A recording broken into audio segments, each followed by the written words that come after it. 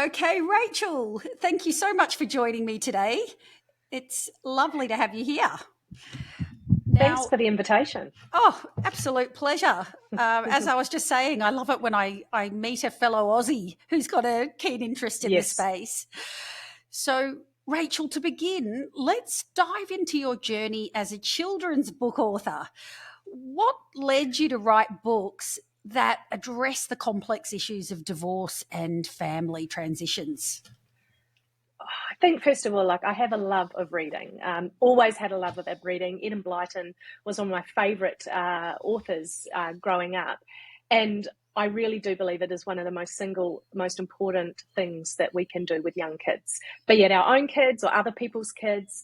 And so I guess knowing how much I got out of books as a kid, knowing how important reading is for kids, I really have always liked the idea of writing something, and then the opportunity didn't really present itself, or I didn't really get motivated to do something about kind of that wish until I started working in the area of family law and divorce and breakdown and parents repartnering, and that kind of led me into going, you know what, I think I have a story that might benefit kids who are going through all of those family changes. And I think one morning my husband just walked into the office and I was madly typing away, and he's like, "What are you doing? Like, it's 7 o'clock on a Saturday morning." And I'm like, "I'm writing a book."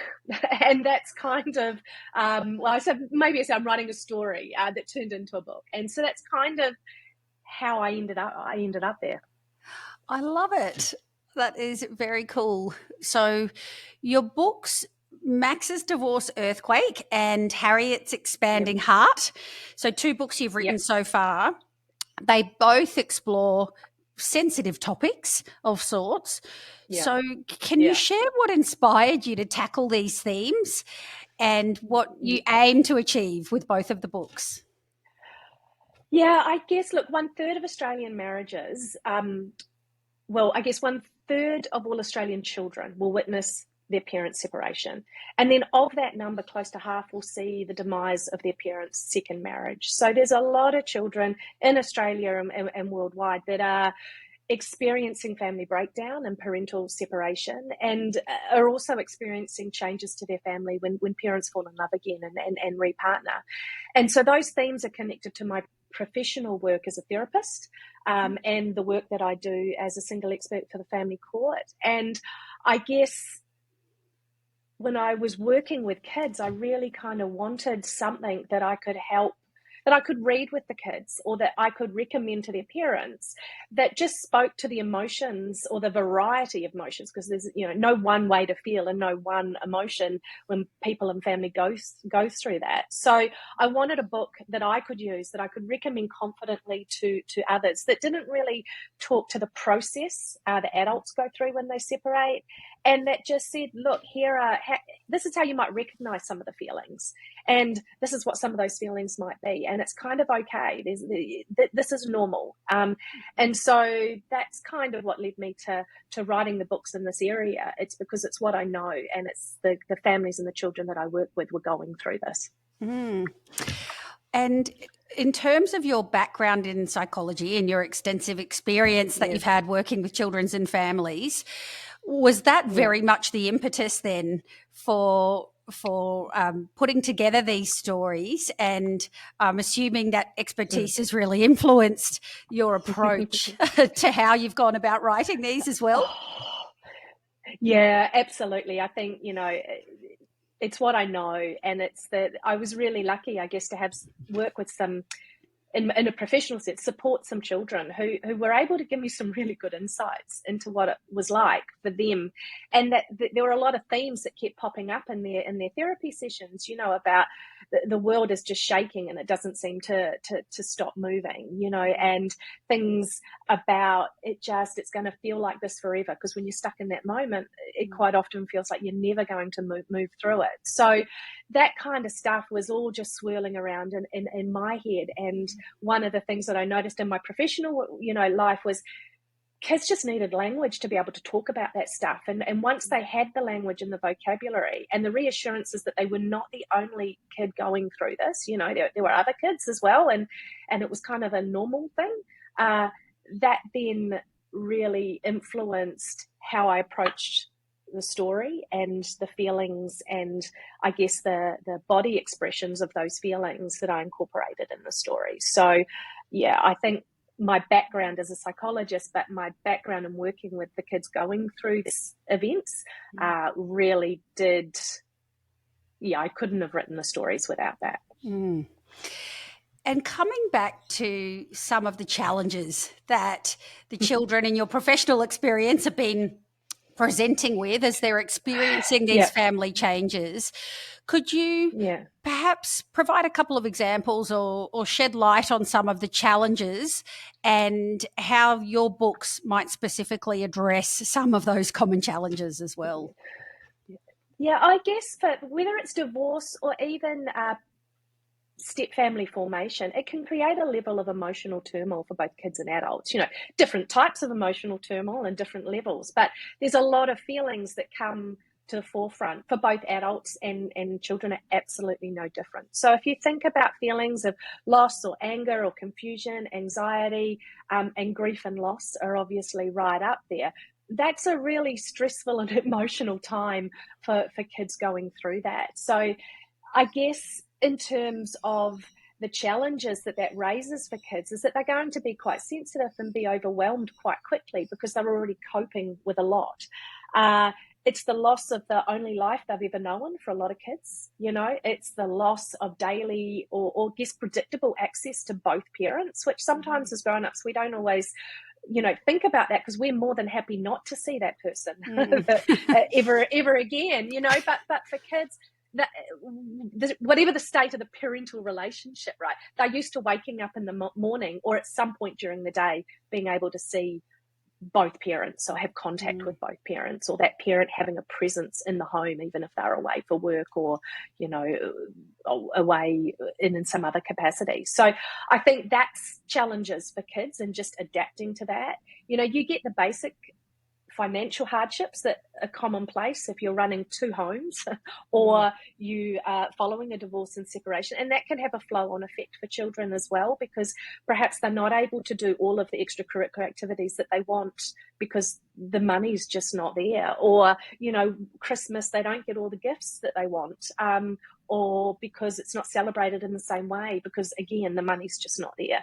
And in that, they also then have to deal with parents who are understandably a lot more stressed or frazzled than what they might normally be. And so that creates a different set of challenges for kids if all of a sudden they weren't allowed to do something, but because mum or dad is a little bit preoccupied, they are now allowed to do something. That can also offer a level of confusion for kids, and they're trying to figure out what this new world order kind of looks like. So, there are a lot of challenges that comes for kids. I could go on and on and on and on, but those would be some of the key ones, I think, or the key themes for kids that are facing family breakdown. Definitely, especially if it's at the start of that journey as well, when some of those issues are heightened. Yeah, absolutely. Because we know, like the research tells us, that it takes anywhere between, say, 1 to 3 years for a family to adjust post-separation, certainly for kids. And that it's a long time frame, and some of that relates to the type of breakdown that parents might have. And I always be careful to say it's a parental separation, I guess, because it's the parents that are separating. It's not the flow-on effect of that is the family separates, but the parents aren't necessarily divorcing their kids. So it's a long period of adjustment, and if a family is in court or the parents are fighting, it's going to take longer for kids and families to adjust post that separation. And then we also know for step families as well, it can take up to 7 years, between 5 to 7 years, I think the research tells us, to for a family to find its kind of even keel. That's a long time as well, and different variables will play a part into how quickly or how fast families find their equilibrium. Definitely. I had a previous guest on the podcast before who said something that stuck with me, which was you are not divorcing as parents. And I think that's a really nice way to just echo what you were talking about then. But even though that relationship ends, that parental responsibility needs to live on. So it's about optimizing that. It is, yeah. You might stop being husband and wife, but you won't stop being mum and dad, or mum or mum, or dad, or whatever that combination is, Yes. But that has to persist well after a marriage and an intimate relationship might end, and that can be really difficult for parents for any number of reasons. And just to piggyback off that idea about the difficulty for parents, I think one of the things that is challenging for parents is to initiate conversations about these topics. So I'd love any advice you might have on effectively using either the story as tools for these discussions or other ways to help parents initiate them with their kids. Oh, absolutely. Like, it's really hard to start a difficult conversation, especially if it's not just a difficult conversation for the child, but for a parent or an adult who's grappling with their own feelings around it. It's really hard to know where to start. So I think it's really great that there are books. There's a lot more books now than what there used to be about sensitive topics, be it, death of a parent, divorce or separation, family repartnering. But I think for parents, you find a book that is going to appeal to your kids. So it has to have a picture that they can relate to, or a storyline, or a theme, or something that's going to appeal to your child. If you can find that book, then you introduce it into reading time. Most kids, or most families, at some point have reading time with their kids, be it right before they go to bed, or on a Sunday morning when the kids have jumped into bed with you, or at some other point during the day. Maybe it's after school as part of their kind of homework kind of ritual. So if you can find some time where you can just sit down close together, where it's relatively quiet without any distractions, you can just introduce that book as part of that. And I think you can encourage, for younger children, get them involved in that process, encourage them to hold the book themselves, turn the pages, point to things in the illustrations and ask them to describe what they're seeing. And then as the story progresses, you can just gently talk about what's happening within the story. So say for Max's divorce earthquake, you can talk about Max and what's happening for him. And then you can just gently ask whether or not they have ever felt like that. And the answer from a child's perspective isn't the important part. What a parent's doing is just gently starting to introduce a conversation about some of those difficult topics. And I think one of the things I always say to parents is don't be afraid of silence, right? If you ask a question and there's not an answer, that's okay. You don't need to prompt the child to answer or force them to have an answer, because you're planting a seed, and ultimately it's providing a space for maybe your child to reflect on the story, to think about things differently, to compare themselves to kind of what's happening for the main character. And in doing that, a parent's doing all that they need to do. So, you don't have to read the story from cover to cover sometimes to get the benefits of that, because a good picture book, the illustration should add to the story, not just be a verbatim of what the words are saying. So sometimes even just exploring the illustrations can start a difficult conversation. And that's going to be a benefit to a child. Definitely. And your books are targeted at the 4 to 8 year old age group, thereabouts. Is that correct, Rachel? Yeah, 4 to 7 or 8. I think it depends on the child's situation, their maturity, and their reading level as well. Like, I have read the books through with some 8 and 9 year olds who I've seen kind of professionally and received favourable feedback from them. And then there's been others, 9 year olds who will tell you that it's too young for them, but it's quite interesting. They're still listening, or, if you're reading it to their little brother or sister, every so often they pop up with something and you're like, you were listening. Like, you did get something out of it. So, yeah, but certainly for that preschool, early primary school age. Yes. So let's talk a little bit about step families. And assuming that a child who's gone through a divorce is now in a situation where one parent might have repartnered, maybe remarried, and they might have some step brothers and sisters. What unique dynamics in your experience have you found that step families bring? And how do the books or either book perhaps address that? And from your professional experience, how would you address those I think complexities? there's a lot of difference. There's a lot of difference between first-time families and step families, and I think one of the big differences is that first-time families share a single history of becoming a family. The couple's relationship commences before kids are there, the kids are involved or even on the picture or thought about. So they move through that journey into becoming parents together. And kids in a first-time family, when they're born, they're primed for attachment to both parents and vice versa. That doesn't happen in step families, you know, and step families are ultimately born from loss and disruption, which sounds an awful way to start something, but right, but we can't get around the fact that grief is quite often a theme of a step family's origin story, and so that has some implications for how we approach it and how the adults need to approach it. And that is something that first-time families don't have to deal with.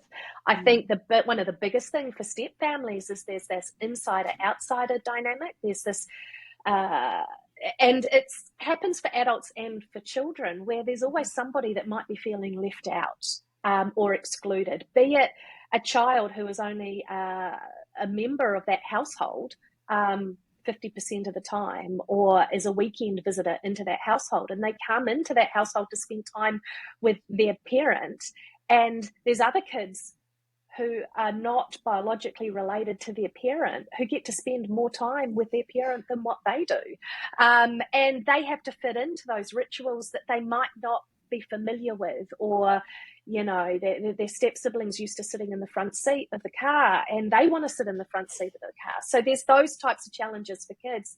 And then you get the poor old step parent who has walking a tightrope about how they might manage a difficult or challenging situation because they don't get the family joke. They don't get the inside joke that is happening between their partner and their partner's child. So, you know, there's that dynamic that is very prevalent, and it pops up however established a step family is. And then loyalty binds, I think, is another situation which, you know, is really difficult for children in step families, even when their parents' relationship is amicable, but especially if their parents' relationship post-separation is highly conflicted and full of animosity.